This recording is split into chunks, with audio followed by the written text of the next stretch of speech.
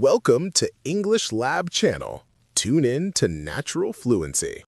Hello, everyone. Welcome back to another episode of the EnglishLab Channel. I'm Chris, and I'm joined by the person who I am convinced has the most organized daily routine in the world. Michelle, how are you today, Michelle? Oh, Chris, you give me too much credit. I'm doing great, thank you. But organized? My routine is more like controlled chaos some mornings. Controlled chaos. Let's repeat that. Controlled chaos. It basically means a situation that looks messy or disorganized on the surface, but there's actually a bit of a plan or a method underneath it all. I love that phrase, controlled chaos. My mornings are definitely more on the chaos side and less on the controlled side. But that's exactly what we're diving in today, my daily routine. We aren't just going to talk about the typical, I wake up at 7 and I eat breakfast. We're going to look at the real English people use to describe their lives, from the moment they hit the alarm to the moment they crash at night. Exactly. Because let's be honest, if you're a B2 or C1 learner, saying, I brush my teeth is a bit too simple. You want to talk about how you actually feel during those transitions. For me, it starts with the struggle of the alarm clock. I'm a huge fan of sleeping in whenever I get the chance. I remember when I was a student, I could sleep until noon without any guilt. Now, if I sleep past 8 a.m., I feel like I've lost half the day. I wish I could even dream of sleeping until 8 a.m. My wife is a total early bird, so by 6 a.m., the house is already full of energy. She's one of those people who jumps out of bed ready to conquer the world, while I'm just there struggling to find the snooze button. I actually have a very bad habit of hitting it 3 or 4 times. It's like I'm negotiating with my bed for 5 more minutes of freedom. The snooze button is the most dangerous invention in history. I have a friend, Mike, who actually sets 5 different alarms in different parts of his room. He thinks that if he has to walk across the room to turn it off, he will stay awake. But you know what? He just walks back to bed and falls asleep again. He eventually wakes up an hour late and has to bolt out the door. To bolt. Let's repeat that. Bolt. It means to move or run away very suddenly and fast, usually because you're in a huge hurry. I've definitely had those bolting mornings. You're looking for your keys, you haven't had your caffeine fix, and you're basically flying by the seat of your pants. I remember one time I was so rushed that I actually wore 2 different shoes to the office. One was a black loafer and the other was a dark blue one. I didn't realize it until I was sitting in a meeting and my boss pointed at my feet. It was incredibly embarrassing. No way. Did you really spend the whole day like that? I think I would have gone home immediately. I prefer a more ritualistic approach to avoid those disasters. I make the bed immediately because it feels like I've already accomplished one small thing. Then I head straight to the kitchen. Chris, I know you're a coffee person, but are you one of those people who can't even speak until the first cup is ready? Oh, absolutely. I don't function until I've had my first cup of black coffee. My brain is basically in standby mode until that caffeine hits my system. I actually had a funny incident a few weeks ago. I was so tired that I poured orange juice into my cereal instead of milk. I was halfway through the bowl before I realized why it tasted so strange. It was revolting, but I was so tired I almost finished it anyway. Orange juice and cereal sounds like a crime against breakfast. But hey, it probably woke you up faster than the coffee would have had. After my coffee, I usually start my commute. Now that I'm working from the office a few days a week, I've had to get used to the traffic again. It's funny how quickly we forget how stressful driving in the city can be. I don't miss the traffic at all. Working from home has been a godsend for my schedule. But I do miss the transition time that a commute provides.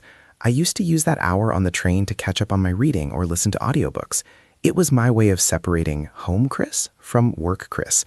Now the line is very thin. Sometimes I'm still thinking about emails while I'm making dinner. That's a good point. Now my commute is where I try to brush up on my Italian. To brush up. Let's repeat that. Brush up. It means to improve your knowledge of something you've learned before but have partly forgotten.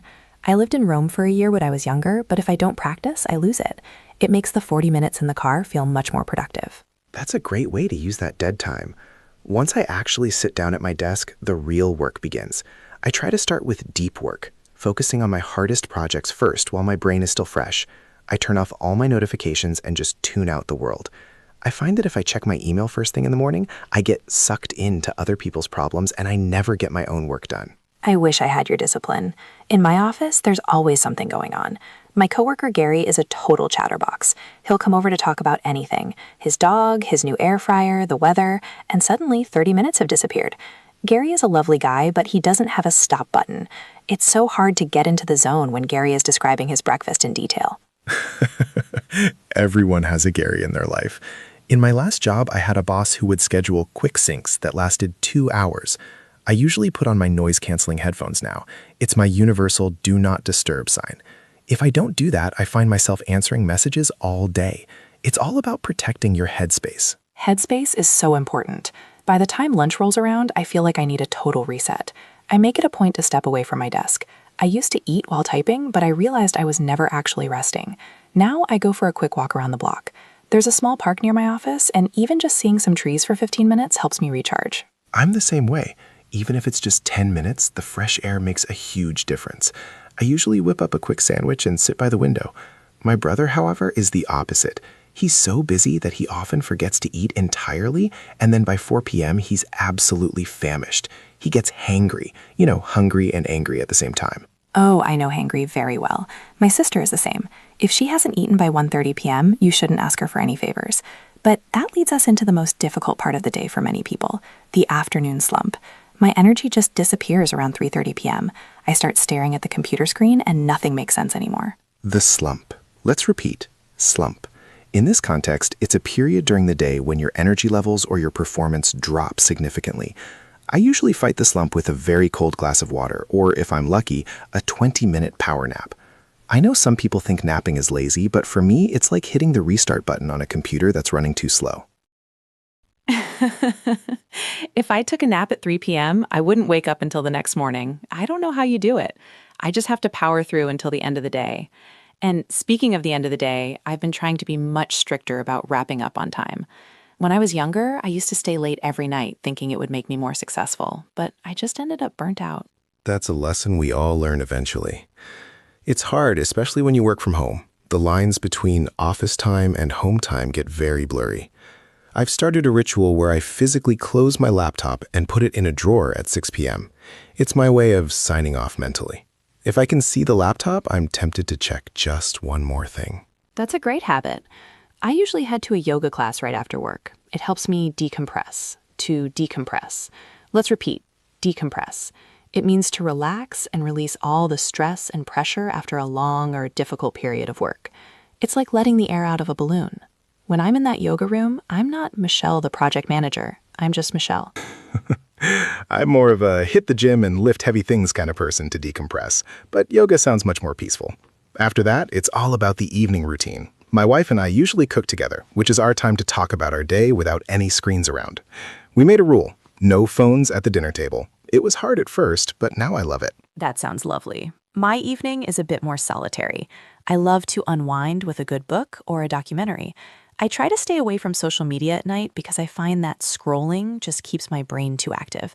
I read a study that said the blue light from phones tells your brain it's still daytime, so it's hard to drift off. It really is. I have a friend, Clara, who has this incredibly elaborate skincare routine.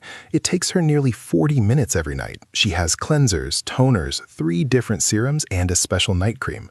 She says it's the only time of the day when she feels completely in control of her environment.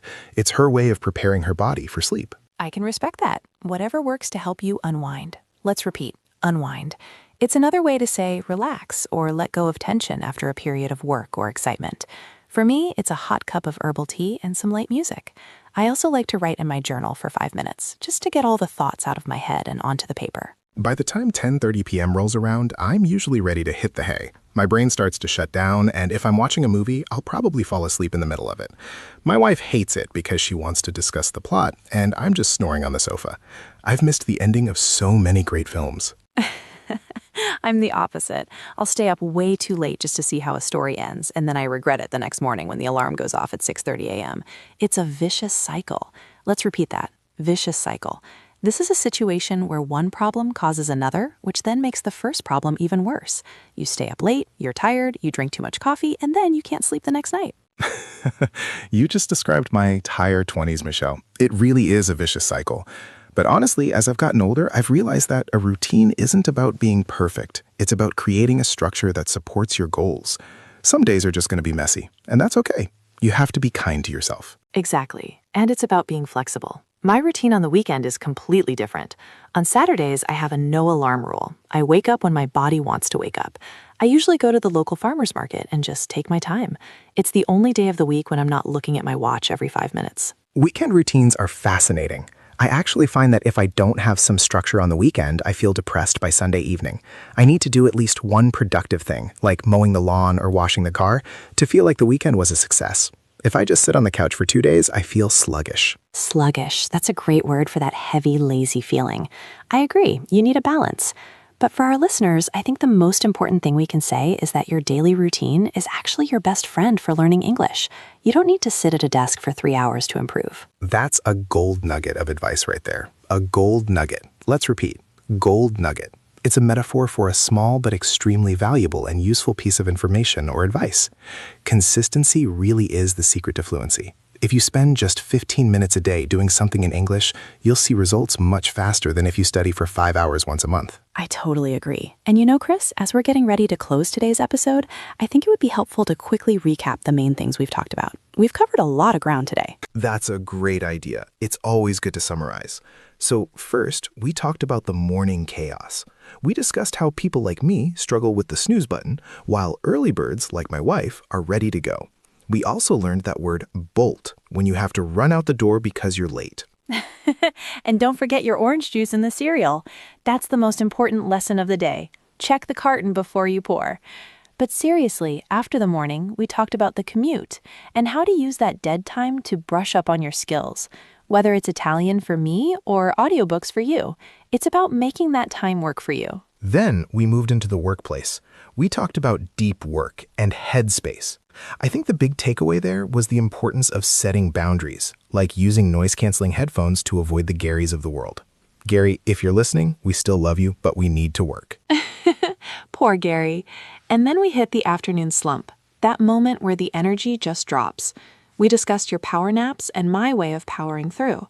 I think the lesson there is to listen to your body and find what works for your specific energy levels. Exactly. And then we finished with the evening routine, the art of unwinding and decompressing. Whether it's yoga, the gym, or an elaborate skincare routine, it's all about signalizing to your brain that the day is over so you can avoid that vicious cycle of insomnia. It's been such a productive conversation. I feel like I've even learned a few things about my own habits just by talking them out with you. It really helps to verbalize these things. It really does. And for our listeners, your challenge for this week is simple. Try to narrate your daily routine in English while you're doing it. When you're making your coffee, say it out loud. When you're bolting to the bus, say it out loud. It might feel a bit silly at first, but I promise it works. It really does. It bridges the gap between being a student and being a speaker. Well, Chris, I think it's time for us to wrap up for today.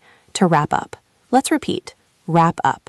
It means to finish or conclude something, like a meeting, a project, or in this case, our episode. Yes, I need to go and actually follow my own advice and decompress a little. It's been a pleasure as always, Michelle. Likewise, Chris. And to all our listeners, thank you for tuning in to the EnglishLab channel.